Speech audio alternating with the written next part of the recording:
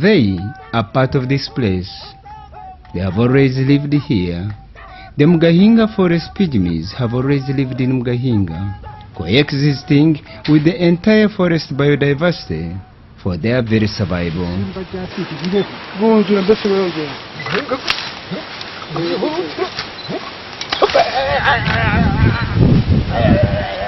They are not a threat. They are not encroachers, but they will not be allowed to sell animal products. The Batwa, as they are commonly known, are one of the oldest people of Africa. Their tradition and culture has evolved with the presence of the Mugahinga mountain volcanoes, which dates back 500,000 years ago. Their hospitality is often reflected in their culture and music. Their settlements around the mountain foothill forest belt of Mugahinga have a unique history. Quite close to the water sources and the abundance of fruits and herbs, in the bushy thickets of the lower part of the forest.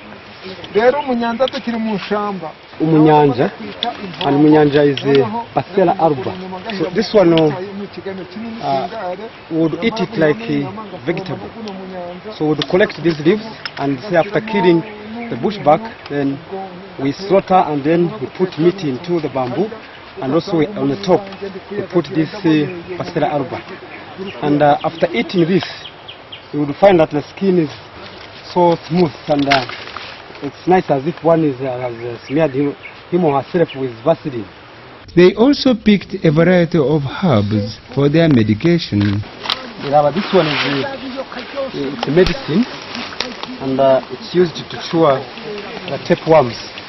And you have to get the root from underground, then you peel it off, and after that you get the powder. That powder that comes out of it, you would mix it with the porridge that has honey in it, and then you drink. All the tapeworms will move out. Engaki zirabirya? Ingaki. Ingaki naso sirabirya kara sirabirya. The mountain gorillas eat this, so it helps them also to cure the tapeworms. This particular herb, known as the blackberries, is a shared resource between the local people here and the most immediate neighbors, the mountain gorillas. And because of our genetic similarity, we depend and learn from each other in problem solving. Up to now, the Batwa people highly respect this coexistence. Why then should we hunt them down when they are our closest cousins, asserts their leader. Kandi twitwa ngo twese tura umuryango gumwe muri iryo samba ntaho twarwanaga ntaho twakoraga iki ahubwo aho twahuriraga twese twararaga aho ngaho bugatsa tukandura Ingaki tukanduka tukagenda nazo zikigendera. Gorillas were so friendly to the Batwa because we would meet even in the forest and we interact without any disturbance, and also being our relatives, that's why we share the same food. Bwenje mutara higire. Warji umuntu nkawe. Have you understood that?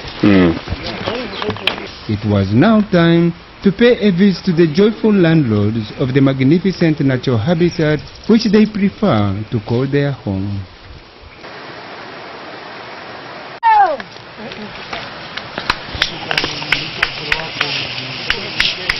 Worship is central to the culture of the Batwa. It is a constant reminder and a prerequisite for any event. Their leader is mindful of the risk his guests might incur deeper into the forest without performing this kind of ritual. And after the deal is done, the forest gates are now open to the new guests. And for every activity to be effected, water is crucial, even to the inner settlers of the forest. Bamboo has been so central to the traditional forest dwellers. Before, it was imitated by the recent generations. The Mugahinga forest pygmies had discovered its value many years before it was known to us. It was, and still remains, an important vessel for these forest gatherers and hunters, ranging from water jars to cooking utensils. This is how these forest wanderers prepared for their forest trekking missions, including hunting. While in the forest, we had water, and we could get water from different sources, from the rivers, from the craters, and even from the swamps. And we had no utensils used for fetching that water, so we would only use bamboo. And we could look for a big sized bamboo like this. And in order to carry much water, we would get like 5 bamboos and we tie them together. And we open, like this part you can see it closed. So in order to carry much water, we would open, and then we leave the lower part not open. And then we tie like 5 together, and then we carry at our homestead.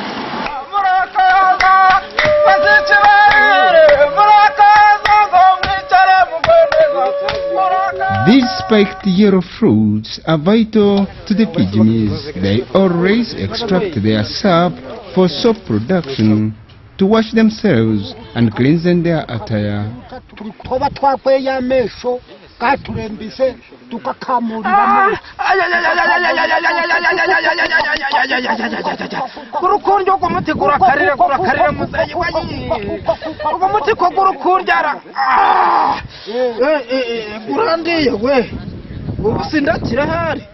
Kanyabichinji is 82 years old. He has lived in this forest since his early childhood days. He and his descendants have used these special flowers to attract their female counterparts. The flowers are special earrings during their time of courtship. And for these everlasting flowers, dotted everywhere in the forest, do not only beautify the inner forest, their leaves are a precious deodorant whose sweet scent sends attractive flavor to the users.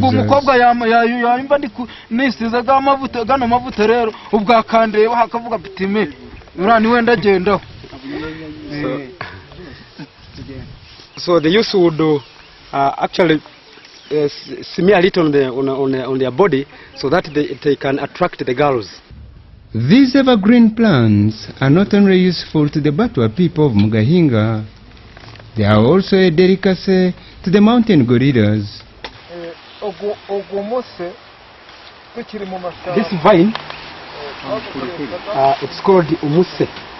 Umuse is Urera hypocerodendron, and this one was used in 3 ways. One was that we would get threads out of this vine and then weave them together and make belts.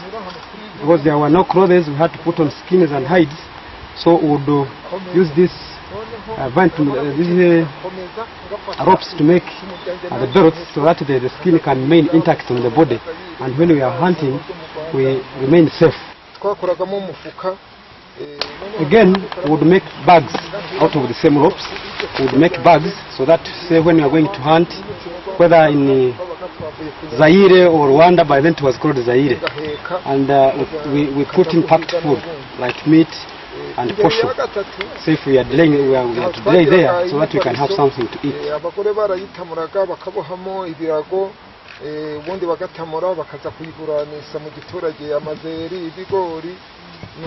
Then also, there were no mattresses and we would sleep on mats. So we would weave the mats using these vines, and again we would take the women could collect a lot of this and carry them down to the other tribes and exchange with them food. Pygmies are not exclusively vegetarians. They are traditional hunters who depend on a variety of forest animals for their protein needs.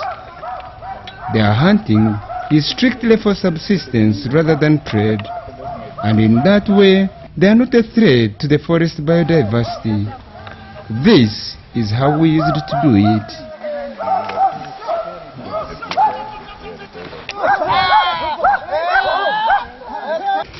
The Batwa people spend most of their time in the bamboo forest of Mugahinga, searching for what is vital for their daily needs. They will hunt for mushrooms, honey and bamboo shoots, all of which are important source of food for their survival. The Batwa also gather bamboo poles to erect their beautiful huts where they rest during the night. These huts also shelter the entire family from the frequent rains and wild animals.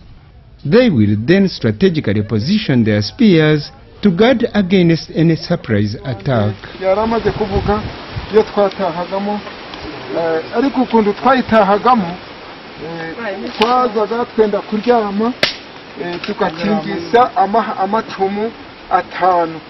Rero namara gukingisa amacumu atanu guca kugira ngo imboga itaza kumvuburamo nanga inzovu cyangwa sintare. Ubwo namara gukingisa amacumu atanu gatambuka nkaza kuryama. This is how we would live in. There is a bed inside, but before we sleep, we would close, and there was no door. The Batwa people are very protective to their young ones. They will always construct hanging nests in the tree branches above the ground, where they will hide their kids for protection.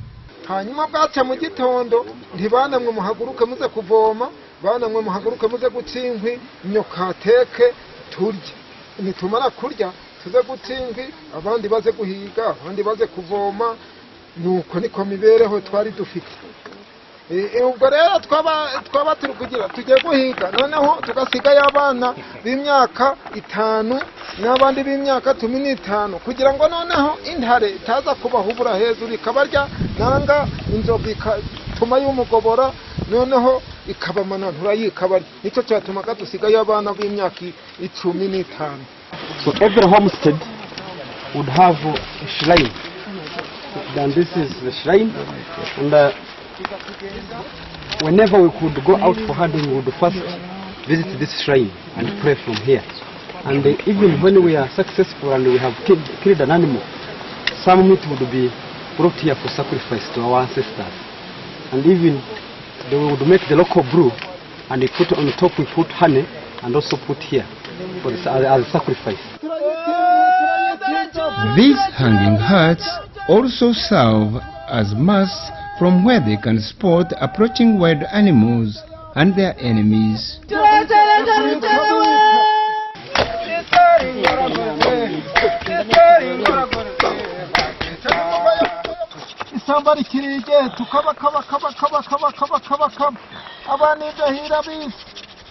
Fire is so central to these forest dwellers, warmth and security in the center of their minds.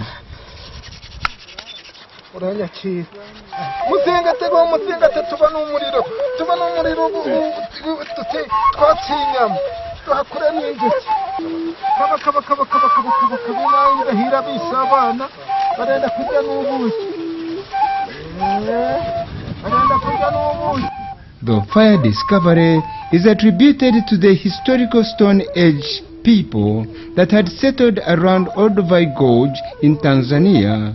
The real discovery seems to have been effected down here in Mugahinga.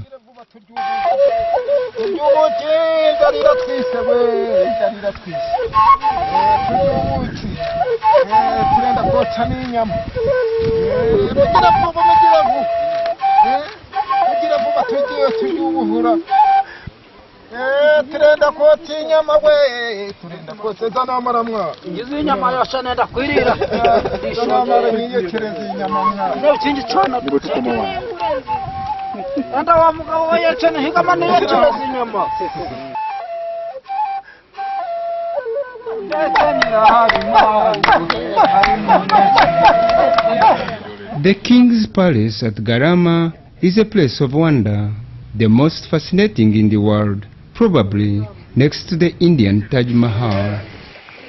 This particular underground cave at Garama is where the Mugahinga pygmies frequently flock to pay tribute to their darling king, King Buji. The king could address his people in there, and also they could use it as a hideout, because down there are communities. They could go and raid crops, and as they come, people chase them. Then they come and enter here, and they disappear. they could not find them where they have gone to. Urutere rwa Garama, urutere tugiye kuzamo, iyi myenge tugiye kunyuramo, none tugeramo hari ibisenge byinshi birimo ndaberekamo. Garama means sleeping on the back. So inside there are different apartments, and we tell everything to you when we are inside there, what we would use within those apartments. Pygmies, whom very many people take for granted, are very organized people, with special leaders too. Their king is hereditary and very authoritative.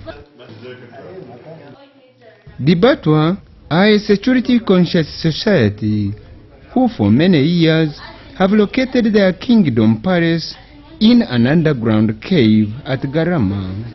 This ensures maximum protection to their loving king. So that's where the king would sit, and getting inside here, it was not easy because we had no flashlight torches like this. So what we would use dry bamboo. We split them, tie them together, and then we light them. Not all the time like the king was here. So we would come here for special occasions, and more especially in dry season. Even after they were ejected out of the forest and resettled elsewhere in the neighboring communities, they never came out with their king. Up to now, little is known about his whereabouts. So Batwa Trail, it is a trail which was created in the park. It's one of the products which we have for tourism, and basically it is for sharing the experiences about the Batwa culture in life. These are the people who used to live in the forest thousands of years back. Here in Uganda, we have different forests where they used to live, and Mugahinga is one of them.